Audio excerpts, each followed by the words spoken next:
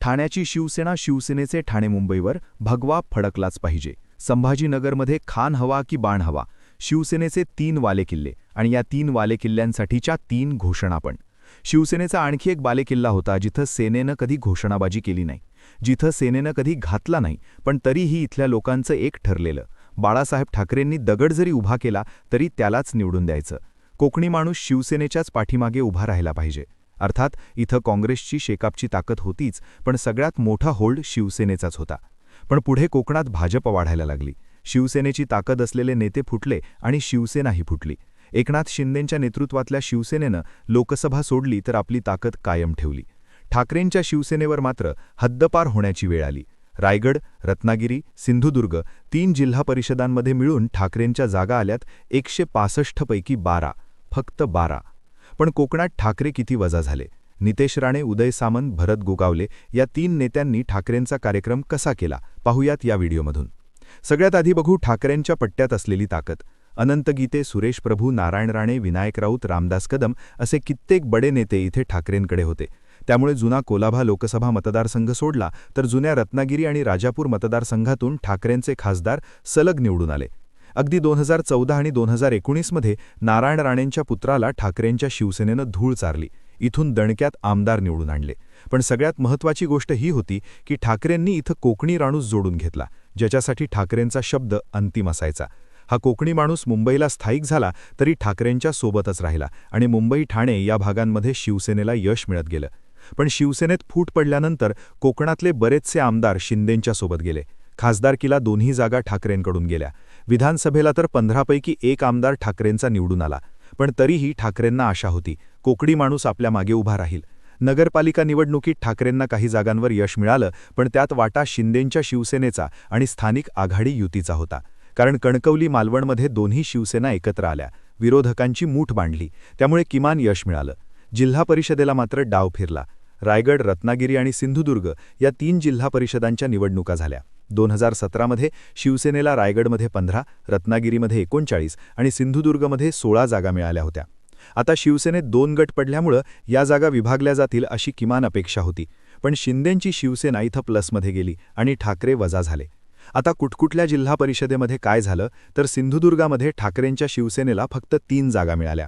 इथं 50 जागांपैकी भाजपला सर्वाधिक 27, शिंदेंच्या शिवसेनेला 13, ठाकरेंच्या शिवसेनेला 3 तर इतरांना 7 जागा मिळाल्या.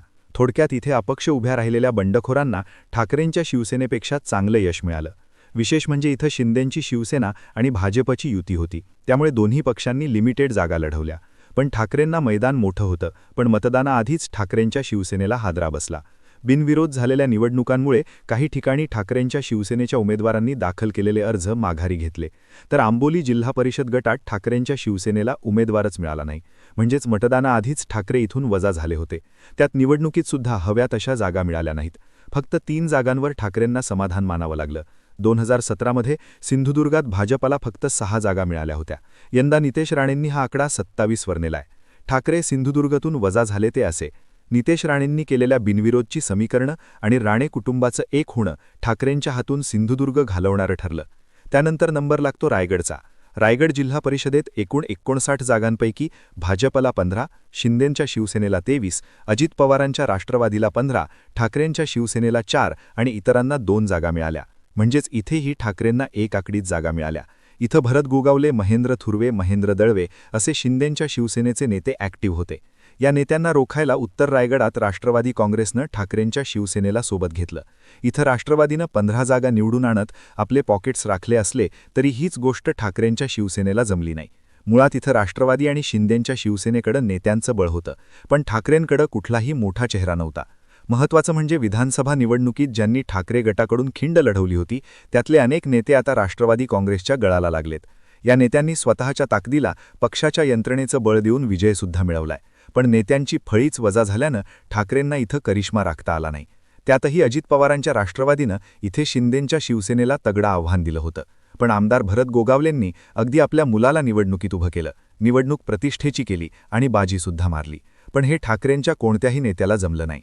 2 पक्षांच्या फाईटमध्ये भाजपनं आपली ताकद वाढवली, पण ठाकरे इफेक्ट मात्र मायनस झाला. 2017च्या जिल्हा परिषद निवडणुकीत एकसंध शिवसेनेच्या इथून 15 जागा निवडून आल्या होत्या. तो आकडा शिंदेंच्या शिवसेनेनं एकट्यानं पार केलाय. तिसरा नंबर रत्नागिरी जिल्ह्याचा. 2024च्या विधानसभा निवडणुकीत ठाकरेंना कोकणात एकमेव जागेवर यश मिळालं. ती जागा होती गुहागरची. तिथून ठाकरेंच्या शिवसेनेचे भास्कर जाधव आमदार झाले. त्यामुळे रत्नागिरीमध्ये ठाकरेंकडे भास्कर शेठसारखा आक्रमक चेहरा होता. त्यातही ग्रामीण भागात असलेला थेट कनेक्ट ही भास्कर जाधवांची जमेची बाजू.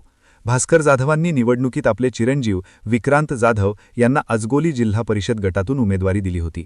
विक्रांत जाधव निवडून सुद्धा आले, पण ठाकरेंच्या शिवसेनेला एकूण जागा किती मिळाल्या तर फक्त 5. 56 जागांपैकी भाजपच्या 4, शिंदेंच्या शिवसेनेच्या 41, राष्ट्रवादीच्या 5, ठाकरेंच्या 5 आणि इतरांची 1 जागा निवडून आली. शिंदेंच्या शिवसेनेकडून उदय सामंत आणि किरण सामंत सामंत बंधूंनी, रामदास कदम योगेश कदम या पितापुत्रांनी जोर लावला होता. तर दुसऱ्या बाजूला भास्कर जाधव यांच्यासोबत माजी खासदार विनायक राऊत होते. याचा अर्थ दोन्हीकडे नेते होते, पण उदय सामंत यांनी आपल्या नेतृत्वात जादूची कांडी फिरवली आणि शिंदेंच्या शिवसेनेच्या 41 जागा निवडून आल्या. 2017च्या जिल्हा परिषदेत इथे एकसंध शिवसेनेला 39 जागा मिळाल्या होत्या. सामंतांनी यंदा तो आकडासुद्धा क्रॉस केलाय. थोडक्यात काय तर राणे, गोगावले, सामंत या पूर्वाश्रमीच्या ठाकरेंच्या शिवसेनेच्या नेत्यांनीच ठाकरेंना कोकणातून वजा केलं. वैभव नाईक, भास्कर जाधव, विनायक राऊत हे ठाकरेंचे नेते पूर्णपणे अपयशी ठरले. त्यांना ना बिरजा जुळवता आल्या आणि ना आपल्या पॉकेटच्या बाहेर यश मिळालं. शिंदेंची शिवसेना इथं सहज वरचढ ठरलीच, पण ठाकरेंना शह फक्त शिंदेंच्या शिवसेनेनंच दिला का तर नाही. ठाकरेंच्या पुढं आणखी एक मोठं आव्हान उभं राहिलं आहे, ते भाजपचं. 2017च्या जिल्हा परिषद निवडणुकीत भाजपला रायगड, रत्नागिरी, सिंधुदुर्ग या तिन्ही जिल्हा परिषदां मिळून फक्त 9 जागा मिळाल्या होत्या. यंदाच्या जिल्हा परिषद निवडणुकीत ठाकरेंचा आकडा 12 जागांचा आहे आणि भाजपचा आकडा 46 जागांचा. ठाकरेंच्या शिवसेनेला फक्त शिंदेंच्या शिवसेनेनंच नाही तर भाजपनं सुद्धा रिप्लेस केलंय. लोकसभा, विधानसभा, नगरपालिका आणि आता झेडपी पंचायत समिती. ठाकरे कोकणातून पूर्णपणे मायनस झाले आहेत. ते असे जिथं कधी काळी कोणतीही घोषणा न देता ठाकरें या नावाखाली कोकणी माणूस एकत्र व्हायचा. तिथंच हद्दपार होण्याची वेळ ठाकरेंच्या शिवसेनेवर आली. तुम्हाला काय वाटतं? ठाकरेंच्या शिवसेनेवर ही वेळ कशामुळे आली? तुमची मतं आणि प्रतिक्रिया कमेंट करून नक्की सांगा. आणि माहितीपूर्ण व्हिडिओज पाहण्यासाठी